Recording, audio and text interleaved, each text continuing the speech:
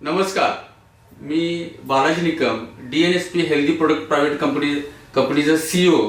मी आज कवठेपिरान येथे प्रगतशील शेतकरी अतुल येवले साहेब यांच्या घरी आलेलो आहे आणि त्यांनी ह्या वर्षी त्यांची ऊसाची शेती हार्वेस्टिंग झाली, म्हणजे ऊस कारखान्याला गेला आणि तब्बल एकरामध्ये त्यांनी 90 टन ऊसाचं उत्पादन घेतलेलं आहे आणि आपण ते जाणून घेऊया.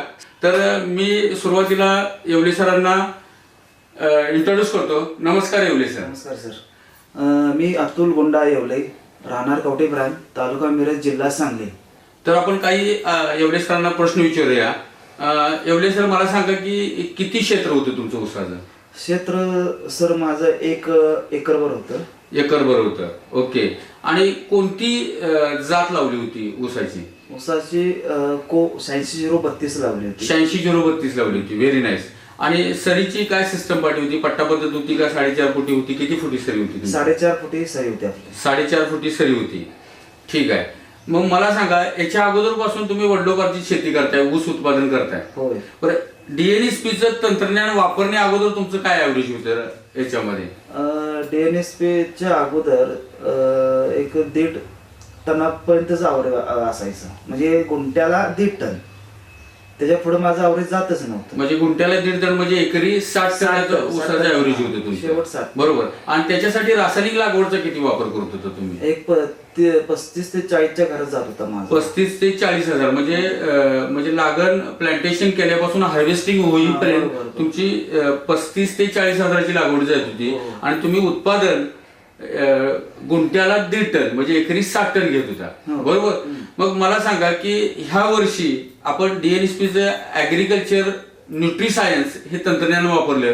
त्याच्यामध्ये ब्रह्मांडरत्न प्रोडक्ट आहे, त्याच्यामध्ये अमिनो ऍसिडचा प्रोडक्ट आहे, त्याच्यामध्ये सल्फो आहे, त्याच्यामध्ये हेल्दी ग्रो आहे, आणि हे सगळे प्रोडक्ट आपण तुमच्या शेतामध्ये वापरलेले आहेत. बरोबर. एकरासाठी तुम्ही 7,000चं पॅकेज घेतलेलं आहे. तर ह्यावेळी ऊसाची लागण कधी केली तुम्ही? आता ही तुमची ऊस तोडी झाली. माझी लावण ऊस तोड चालू आहे. त्याची मी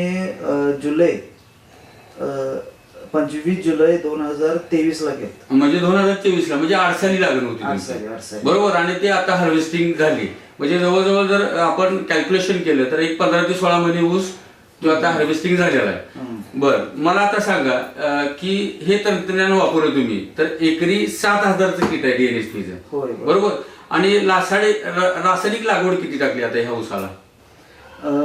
रासायनिक नाही म्हणलं तर एक 20 ते 22 हजार खर्च केला रासायनिक लागवडीचा. रासायनिक म्हणजे याच्या अगोदर जो 35 ते 40 हजाराचा खर्च होत होता रासायनिकचा, तो तुम्ही 20 हजारावरती आणला.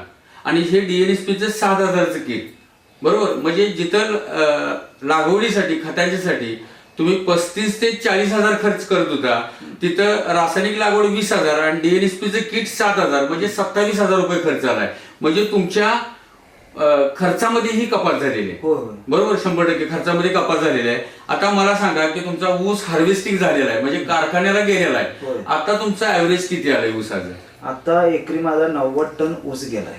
म्हणजे आता एकरी 90 टन ऊस गेलाय, म्हणजे गुंट्याला तुम्ही 2.25 टन ॲव्हरेज पडले. म्हणजे जिथं 1.5 टन पडत होतं तिथं 2.25 टन पडले. बरोबर. म्हणजे उत्पन्नही तुमचं उत्पन्न वाढले आणि उत्पादन खर्च कमी झालाय. मग तुमच्या जमिनीमध्ये काय फरक जाणवतोय का DNSPच्या प्रोडक्टमुळं? ह्या DNSP प्रोडक्टमुळं सर जमीन आमची भुसभुशीत झाली. गांडूळ निर्मिती झाली का? 1 नंबर झाले सर. गांडूळ निर्मिती झाली, म्हणजे जमिनीचा पोत ही वाढलाय. म्हणजे जमीन खराब करून उत्पादन घेतलेलं नाही आपण मित्रांनो, तर जमिनीची सुपीकता वाढवून आपण उत्पादन घेतोय, हे सर्वात महत्वाचं आहे. म्हणून मी DNSP कंपनीचा CEO म्हणून मी तुम्हाला एक माझी विनंती आहे किंवा सर्व ग्राहकांना, शेतकरी बंधूंना माझं आव्हान आहे की चला समृद्ध शेती करू. आणि ही शेती आहे ही आपण ऑर्गॅनिक म्हणजे सेंद्रिय पद्धतीनं करू DNSPच्या प्रोडक्टच्या माध्यमातून. आणि ही शेती आपण आपल्या पुढील पिढीसाठी ठेवणं गरजेचं आहे.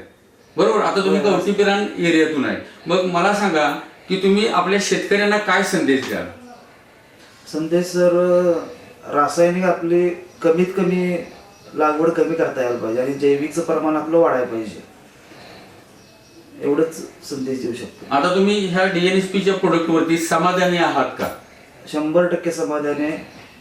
7,000 गेलं म्हणून काही जास्त नाहीत सर आता ह्या आत्ताच्या काळात, पण जमिनीची सुपीकता वाढते, क्वालिटी मेंटेन होते आपल्या उत्पादकाची, बरोबर, त्यामुळे काही प्रॉब्लेम नाही. बरोबर, 100%.